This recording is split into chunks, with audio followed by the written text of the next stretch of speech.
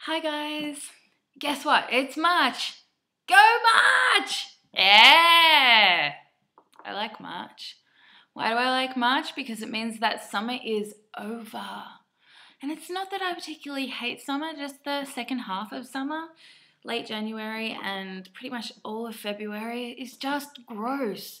It is humid all the time. It is humid all day and all night. And I'm sure that Melbourne didn't used to be this humid. It probably did, I just wasn't as sensitive to it, but I'm sure it didn't.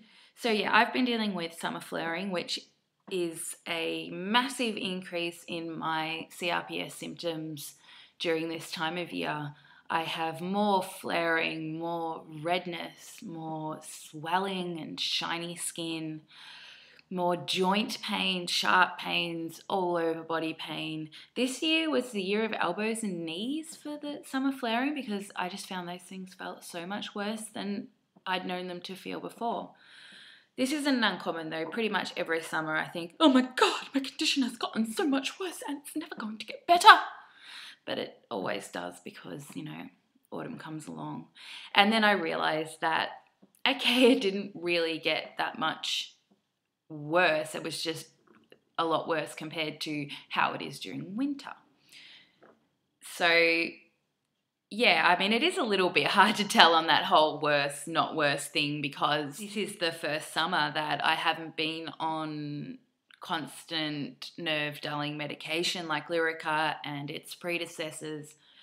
So I guess I've been feeling a lot more than I would normally feel. And yes, it has blown my mind on occasion. I kind of convince myself that I'm doing pretty well a lot of the time. But when I have to sort of drop to the floor and lay flat on my back with my arms out, my legs out, and nothing can touch me, it's kind of a bit of a reality check that, yeah, I've got that stupid chronic pain condition. So that's what summer is like for me. It has a huge effect on my social life.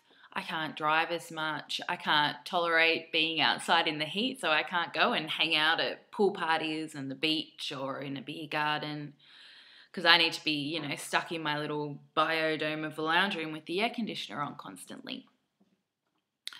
But I'm thankful to have the air conditioner. It is the only thing that helps with my summer flares.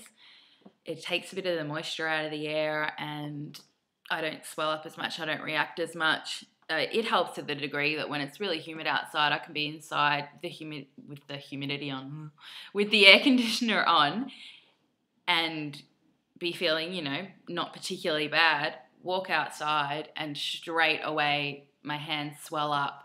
The pain increases to about here and all my legs swell up. Same difference. All my limbs are pretty much equal these days. So yeah, air conditioning, it helps a lot. Something that gets particularly bad during summer flares is the pain brain. Pain brain is when the body is shooting around so many nerve signals to communicate this pain that shouldn't be there anyway. So you've got all these useless signals bouncing around and they kind of get in the way of the ones that are helpful, like thought or basic coordination. Concentration. It's really hard to read with pain brain because letters go in one eye and out the other, I guess. It's just really hard to retain information. It's hard to concentrate on anything that's a little bit heavy. It's hard to socialize because it's hard to hold a conversation. I don't have anything particularly exciting to talk about. I don't really love catching up anymore. Not in the sense that I don't want to see you guys. I love seeing you. But that whole idea of let's catch up and talk about what's been going on in our lives recently, I don't really want to do that just after summer because nothing's been going on in my life recently. Nothing great.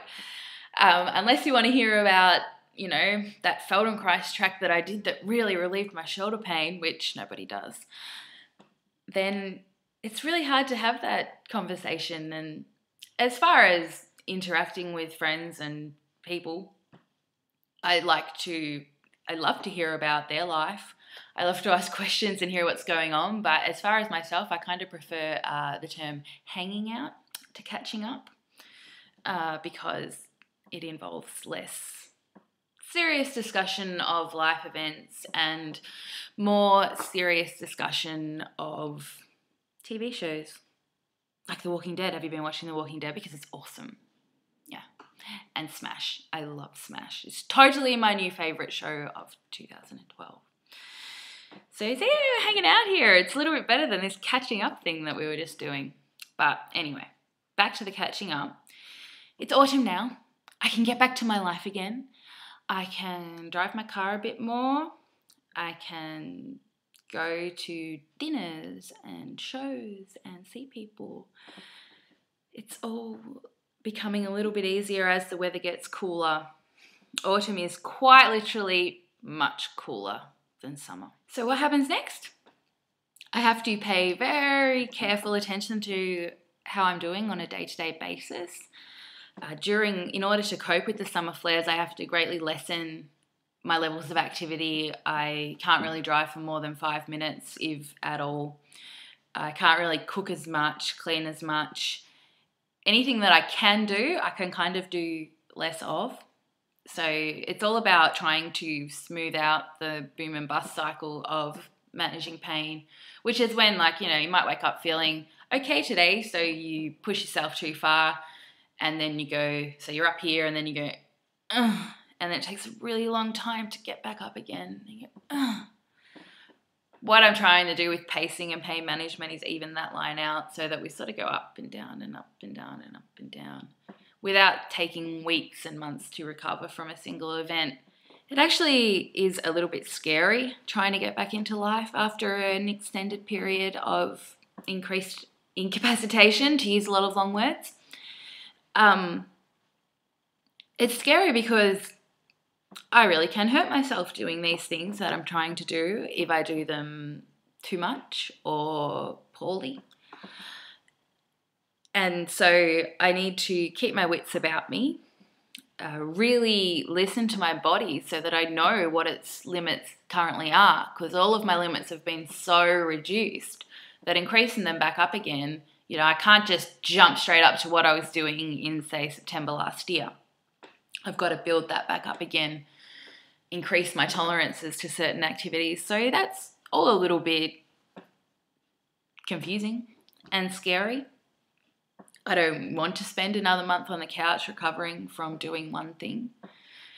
So that's basically what my autumn involves. It involves recovering from summer, getting my life back, going out and doing things that are scary in a controlled manner so that I perhaps don't hurt myself doing them.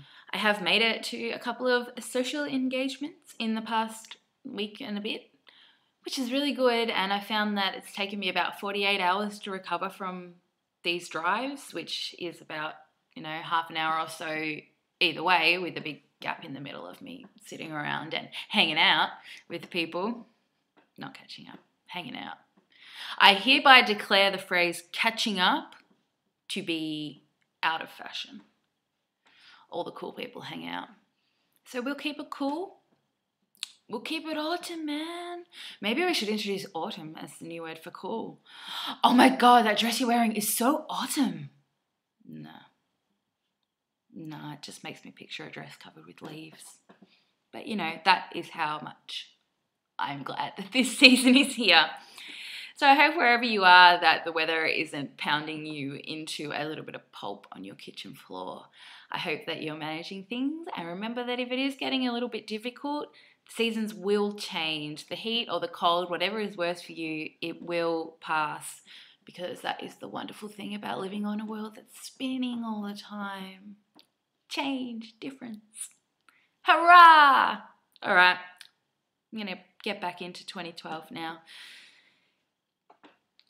Bye.